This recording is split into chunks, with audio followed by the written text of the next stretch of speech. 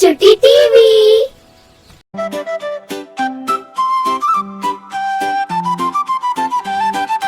கூடாது கூடாது கோபம் கூடாது, கோபம் கொண்ட யாருக்கும் நன்மை சேராது.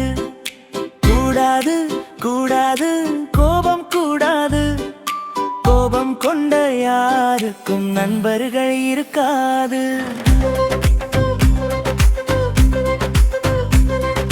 பிஜிலியோ அதிக கோப குணம் கொண்டிருந்தானே, அதை பார்த்து அவன் தந்தை வருத்தம் முற்றாரே. பிஜிலி குணத்தை மாற்ற அவரும் முடிவு எடுத்தாரே. என்ன செய்வது என்று திட்டமிட்டாரே. தன் மகன் பிஜிலியை அழைத்து வந்தாரே. ஆணியையும் சுத்தியலையும் கையில் கொடுத்தாரே. கோபம் வரும் சமயம் நீ ஆணியை எடுத்து சுத்தியலால் அடிப்பாயாக என்றானே. சொன்ன வார்த்தை கேட்டு பிஜிலியும் கோபம் வரும் சமயம் எல்லாம் ஆணியை அடித்தானே. முதல் நாள் 7 ஆணி அடித்தானே. 3ஆம் நாள் 1 ஆணி அடித்தானே. 3ஆம் நாள் 2 ஆணி அடித்தானே. 4ஆம் நாள் ஆணியே அடிக்கலையே. சந்தோஷத்தில் தந்தையை கூப்பிட்டானே.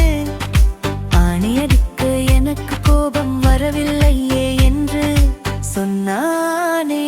அப்போ தந்தையோ சொன்னாரே, சுவரில் அடித்த ஆணிகளை எல்லாம் ஒன்றன் பின் ஒன்றாக எடுத்திடுவாயே. பிஜிலியும் கேட்டுக்கொண்டு பிங்கி எடுத்தானே.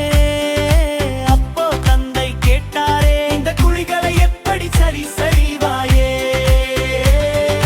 பிஜிலியோ செய்வதறியாமல் நின்றானே. அப்போ தந்தை சொன்னாரே, கோபம் கொண்ட போது பிறர் மனம் காயப்படுமே. அதையும் இந்த குழி போல எளிதாக சரி செய்ய முடியாதே. இதை கேட்ட பிஜிலி மனமாறினானே. தன் தந்தையிடம் மன்னிப்பு கேட்டானே. இனி இதுபோல் தவறு செய்ய மாட்டேனே.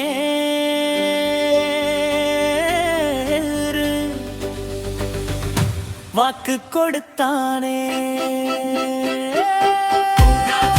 கூடாது கோபம் கூடாது, கோபம் கொண்ட யாருக்கும் நன்மை சேராது.